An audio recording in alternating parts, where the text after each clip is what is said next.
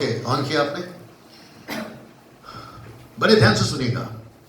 दो तरह की कलीसिया है, एक है साधारण और दूसरी है असाधारण। इन दोनों में अंतर क्या है? एक कलीसिया कहती है हम प्रभु के लिए जिएंगे, दूसरी कलीसिया कहती है हम खुद के लिए जिएंगे। जो साधारण कलीसिया है उसको किसी की चिंता नहीं है, जो असाधारण कलीसिया है उसको प्रभु की चिंता है। और ऐसी कलीसिया भारत में बहुत है, ऐसी कलीसिया विदेश में बहुत है, जो पिकनिक जाती है, एंजॉय करती है, उसको किसी चीज की चिंता नहीं है। कम ऑन यस और नो। ऐसी कलीसिया जो साधारण है, उनके पास पास्टर भी है, बाइबल भी है, आराधना भी है, चर्च भी है, साउंड भी है, इक्विपमेंट भी है, अच्छे आराधना की टीम है, अच्छे प्रचारकों की टीम है, लेकिन उसके बावजूद भी नाम क्या है? साधारण। संडे को अनाउंसमेंट होता है, आज बच्चों का पिकनिक है, महिलाओं का मीटिंग है, शाम को 3 दिन की कन्वेंशन है, अगले हफ्ते हम बाहर जा रहे हैं घूमने के लिए, ये अनाउंसमेंट होता है। जो साधारण कलीसिया से हटकर असाधारण में आती है, वो कहती है अगले हफ्ता उपवास प्रार्थना है, अगले हफ्ते हम लोग घुटनों में प्रार्थना करेंगे भारत के लिए, आइए हम जवानों को तैयार करें मिशनरी बनाकर भेजने के लिए। वो दिन कहां गए? Thank you brother. वो दिन कहां गए? आजकल क्या चल रहा है? एंजॉय करते हैं। उस वक्त में क्या था? कोई पढ़ सकता है प्लीज? कोई पढ़ सकता है प्रेरितों की किताब उसका 14 का 22, प्रेरितों की किताब 14 का 22, क्योंकि वो लड़का रिकॉर्ड कर रहा है। यहाँ जितने लोग मुझे देखने वाले हैं, हो सकता है कि आप भारत से हैं, पाकिस्तान से हैं, श्रीलंका, एक मिनट, हो सकता है भारत से हैं, पाकिस्तान से हैं, श्रीलंका से, नेपाल से हैं, जितने भी हिंदी भाषा समझते हैं। मैं यहाँ पर महाराष्ट्र के गांव में हूँ जिसका नाम है नवे गांव, गोंदिया के और नागपुर के आसपास में पड़ता है। और यहाँ पर एक बार दिखा दीजिए, यहाँ पर पास्टरों की मीटिंग चल रही है जिसको हम महानाज्ञा के सम्मेलन कहते हैं, ग्रेट कमीशन कॉन्फ्रेंस। और यहाँ पर हम 2 दिन से हैं और बहुत सारी चीजों को हम यहाँ पर सीख रहे हैं। अभी पढ़िए सर, जोर से। और चेलों के मन को स्थिर करते रहे। लिखा है चेलों के मन को स्थिर करते रहे। और यह उपदेश देते थे कि विश्वास में बने रहो। और ये कहते थे कि हमें बड़े क्लेश उठाकर, एक मिनट, हमें बड़े सुख उठाकर, आप ठीक से पढ़िए, हमें बड़े आनंद उठाकर, हमें बड़े नाचते कूदते हुए, ऐसा लिखा है भैया? पढ़िए भाई साहब, बाद में बात करिए। बड़े क्लेश उठाकर, ऐसा लिखा है, बड़ा क्लेश उठाकर परमेश्वर के राज्य में प्रवेश करना होगा। आजकल क्या सिखा रहे हैं? मारुति है तो ऑडी कैसी आएगी, झोपड़ा है तो बंगला कैसे आएगा, साइकिल है तो मोटरसाइकिल कैसे आएगी, पर्स में अगर 1000 का नोट 2000 का नोट है तो उसका डबल कैसे हो जाएगा, अगर आपका फोन है तो रिचार्ज कैसे हो जाएगा। हाथ धोती है साहब। कम ऑन यस और नो। कौन सी कलीसिया है ऐसी वाली? साधारण। कौन सी कलीसिया जो टाइम पास कर रही है? साधारण। कौन सी कलीसिया जो उपवास के साथ में बैठती है? असाधारण। अगला चित्र बड़े ध्यान से देखिएगा। और ये YouTube पे वीडियो बनाकर मैं पैसे नहीं कमाता हूं, आपको शायद समझ में आ गया होगा। लोग कहते हैं सब्सक्राइब। लोग कहते हैं कि आप हमारा वीडियो देखिए और हमारे को सब्सक्राइब करिए। पता है क्यों? उनको पैसे मिलते हैं। मैं डंके की चोट पे बोल रहा हूं, मुझे YouTube वाला कोई पैसा नहीं देता है। मेरे एक भी व्हाट्सएप मैसेज में, मेरे एक भी वीडियो क्लिप में आपको नहीं मिलेगा कि मुझे सब्सक्राइब करो। मैं सिर्फ उनको यह कहता हूं कि तुमको अगर सब्सक्राइब करना है वो इसलिए करो क्योंकि मेरा अगला संदेश तुमको मिले। मुझे पैसे नहीं मिलते। अगर ये जरा सा भी झूठ है, मुझे अभी कुछ यहां हो जाए। और ये बात समझ में? देखिए अगला चित्र देखना चाहोगे? प्रकाश इसको जूम करो, इसको देखिए। ये है आपका भारत, 132 करोड़ 65 लाख 72 हजार। ये है आपका भारत। कम से कम 19,100, कितना? 19,100 पिन कोड है। ये है आपका भारत। कम से कम 7 लाख गांव हैं। आगे बोल दीजिए, ये है आपका भारत। यहां पर 4000 से भी ज्यादा जनजातियां हैं। ये है आपका भारत। यहां पर ऐसे बहुत सारी कल्चर हैं। ये है आपका भारत। 75% हिंदू हैं, 15% मुस्लिम है, ये है हमारा भारत। और ये है आपका 3% ईसाई, ये है हमारा भारत। मेरा एक प्रश्न है, पूछ सकता हूं?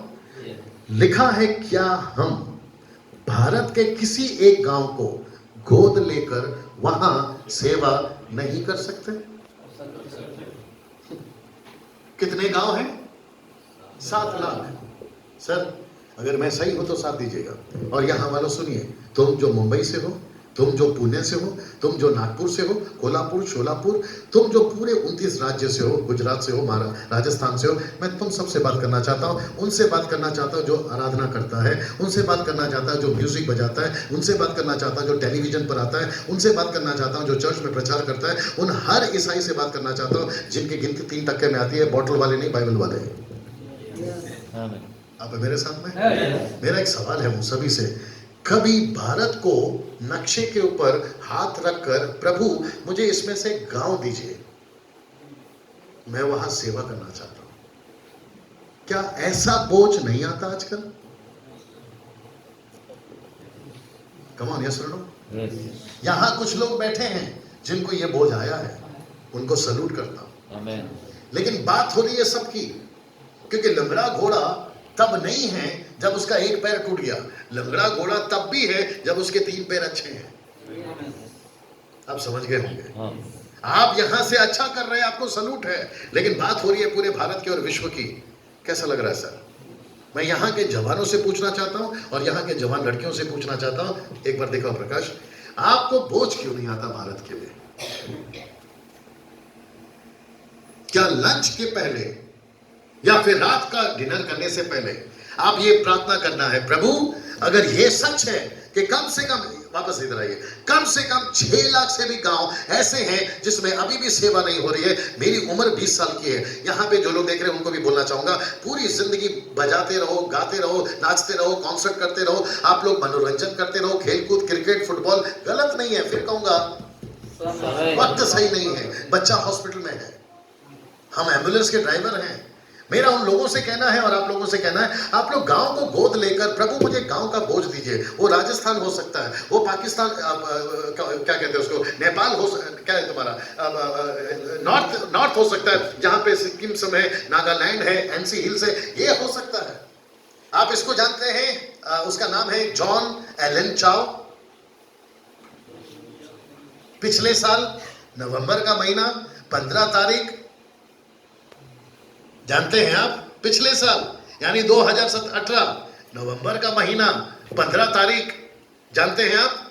ठीक है, मैं बताता हूं, वो अमेरिका से एक 26 साल का जवान लड़का था, भैया पहले सुन लीजिए, 26 साल का लड़का था वो, और उसने अपने चर्च के पास्टर से, मां से, सबसे कहा मैं भारत जा रहा हूं। कहां से आया वो?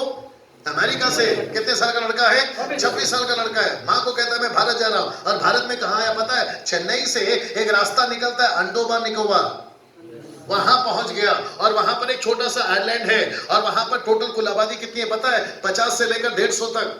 वहां की भाषा किसी को नहीं आती, वहां का जो लोग है ना वो भारत के नागरिक में गिनती नहीं हुए, वहां पर पुलिस नहीं जा सकती। पता है क्यों?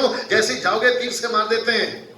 इसने प्रार्थना किया, बोला कि वहां कोई नहीं गया, जैसे 200 साल पहले विलियम कैरी यहां आए थे, और आपका भी देश जो भारत है ना वो भी आदिवासियों से कम नहीं था। हम भी नरभक्षी थे, नरभक्षी समझते हैं? अभी भी कुछ लोग नरभक्षी हैं, इंसानों को खाते हैं, जानवरों की तरह इंसानों को खाते हैं और मारते भी हैं। उस व्यक्ति ने कहा कि मुझे जीसस क्राइस्ट, 26 साल का लड़का पास है जी, खेल कूद की उम्र है उसकी, एंजॉय कर सकता था, शादी कर सकता था, वो भी अमेरिका जैसे देश में। उसको बोझ कहां का है? भारत का। और कहता है कि मैं भारत के कैसे आइलैंड में चला जाऊंगा जिसका नाम है सेटलमेंट द्वीप, और वहां पर जाकर पहुंच गया, और वहां के लोगों ने 15 तारीख को उसको तीर मारी पहला, लहूलुहान होकर। जो शिप में वो गया था, जो लोग उसको लेकर गए थे मछुआरे, उनके पास में वापस आया, मछुआरों से कहता है 13 लेटर लिखे, कितना? 13 पन्ने का लेटर लिखा उसने, अपनी मां को दिया, और कहता है कि मेरी मां से बोलना कि मैं अगर यहां मर भी जाऊं तो मेरी मां को कहना कि इनसे नाराज नहीं होना। वो व्यक्ति 15 तारीख को मरा, तो उसको तीर मारा गया। मछुआरों ने कहा कि तुम लहूलुहान हो गए, घर चलो। वो कहता है कि नहीं, मैं यहां के लिए आया हूं। Can you believe that? और वहां पर 16 तारीख को मार दिया गया सर उसको, और 17 तारीख को उसकी डेड बॉडी को दफना रहे। इन लोगों ने देखकर पुलिस को कंप्लेंट किया, और तब मैं चेन्नई में था, और वहां के न्यूज़पेपर में ये चलाया जा रहा है, वहां के लोकल चैनल में चलाया जा रहा है। और तब मुझे पता चला कि यार ऐसा लड़का अगर वहां से भारत में आ सकता है तो भारत के जवानों को क्या हो गया है। मैं यहां लोगों से कहना चाहता हूं, आपकी जिंदगी आपकी नहीं है, आपके पास अच्छा टैलेंट है, आपके पास में अच्छा हुनर है, उसको वेस्ट मत करिए जो पहले से बचे उन्हीं के बीच में बचाने के लिए। भारत में ऐसे कई गांव हैं जहां आप जा सकते हैं, उनकी भाषा सीख कर जा सकते हैं, उनके बीच में सेविकाएं कर सकते हैं। रोड पे सोना पड़े सो जाइए, आपको खाट नहीं मिलेगी, एसी रूम नहीं मिलेगा, लग्जरी जिंदगी नहीं मिलेगी, लेकिन दुख उठाइए प्रभु के राज्य के लिए। Right sir. मुझे ताज्जुब है, मुझे नहीं पता कि ऐसा बोझ क्यों नहीं आता, जबकि यीशु ने क्या कहा, जागते रहो, प्रार्थना करते रहो। भजन संहिता 2:8 मत पढ़िए, लिखा है मैं देश देश के लिए प्रार्थना करो, गांव गांव जाति जाति के लिए प्रार्थना करो, ताकि वो तुम्हारी नीच संपत्ति हो जाए। लिखा है कि नहीं लिखा है? हाँ, दूसरा इतिहास 7:14 मत पढ़िए, मुझसे मांग। क्या लिखा है? यदि मेरे लोग जो मेरे कहलाते हैं अपने दीन हो जाए, प्रार्थना करें, तो मैं उनके देश को क्या करूंगा?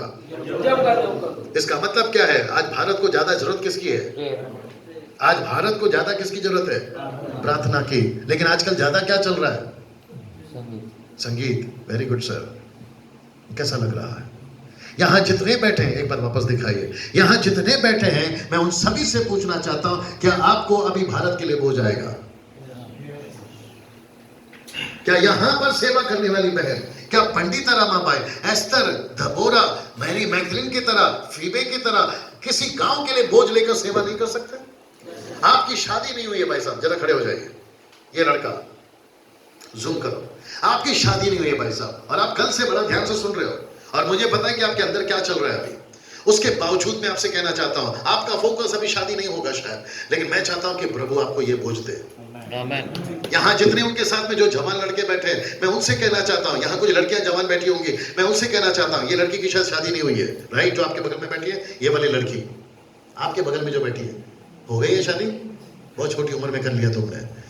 अगर यहाँ पे कोई चर्च में जवान लड़की है, पास से जी उनको तैयार करवाइए, ताकि उनको बड़ा बोझ आए। और आपको पता है, ऐसे जवान लड़के और ऐसी जवान लड़कियां अगर गांव में चली गई, आपके पास कम से कम 60 साल है जिंदगी, और अगर मैं गलत नहीं, 60 साल में क्या नहीं कर सकते ये लोग? यस और नो? अच्छा, जिसके पास में अच्छा टैलेंट है, आप जाइए ना, गिटार लीजिए, आपका ढोल झांझ बजाने आता है वो लीजिए, बैठ जाइए भैया। आपको गीत आता है, जाइए ना इनके बीच में, गाकर जरा पब्लिक को जमा करिए, और उनके बीच में कहिए कि मैं आपके बीच में कुछ गाकर आपको समझाना चाहता हूं। अच्छा खासा गाना गाइए, और गाना कौन सा गाएंगे? सुसमाचार वाला, नॉट लीला शीला टाइप के गाना, सुसमाचार का टाइप का गाना, और वो गाकर उनको इकट्ठा करिए। हो सकता है गाना सुनकर लोग इकट्ठे हो जाएं, आपका ये बजाने वाला देखकर लोग इकट्ठा हो जाएं, आप गिटार अच्छा बजाते वो इकट्ठा हो जाएं। फिर उसके बाद ये बोलिए कि सर मैं आपके बीच में क्यों आया, उसका एक मतलब है। फिर उनको सुसमाचार सुनाइए। अगर वो स्वीकार करते तो अच्छी बात है ना, अगर नहीं स्वीकार करते तो अगला गांव पड़ा है ना। कैसा लग रहा है? ये कहां गए सर? शुरुआत के दिनों में होते थे, राइट सर? लेकिन अभी क्या हो गया है? सब जिंदगी आसान वाली चाहिए। थैंक यू प्रकाश, बंद करिए।